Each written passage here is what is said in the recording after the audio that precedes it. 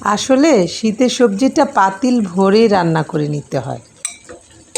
এই সিজনে সবজি বেশি বেশি না খেলে ভালোও লাগে না।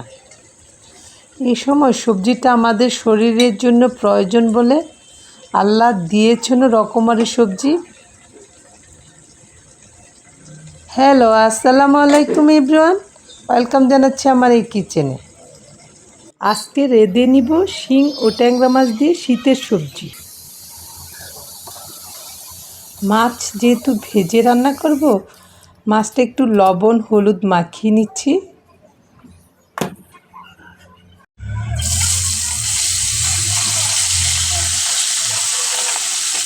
মাছ ভাজাটা বসিয়ে দিলাম প্যানে।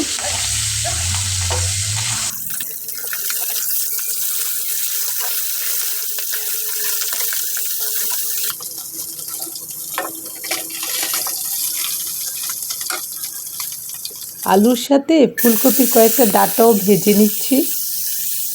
ফুলকপির ডাঁটা খেতে আমার ভালোই লাগে। ফুলকপিটাও একটু হলুদ আর লবণ মাখিয়ে ভেজে নিচ্ছি।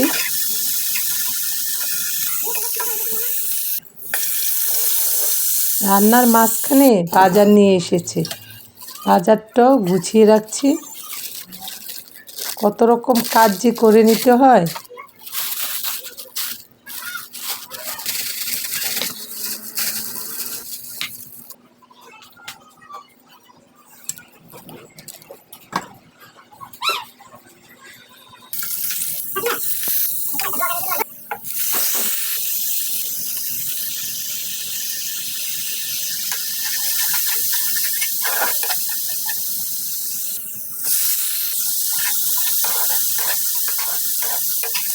এখানে আমি সিম ছাড়া সব তরকারি ভেজে নিয়েছি। এখন আলুর সাথে সিমটা দিয়ে একটু কষিয়ে নিচ্ছি। ঢেকে সিদ্ধ করে নিব। আর একে একে সব তরকারি দিয়ে দিতে হবে।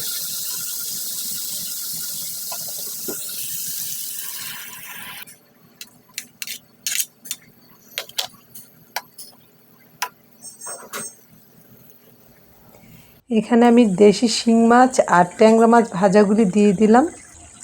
আসলে এই মাছ দিয়ে তরকারিটা শীতের সবজিটা খেতে ভালো লাগে বেশি। সবশেষে কাঁচামরিচ ধনেপাতাও দিয়ে দিলাম। এখন আমি ভালোভাবে বলক উঠিয়ে নামিয়ে নেব। সবাই ভালো থাকবেন। আল্লাহ হাফেজ।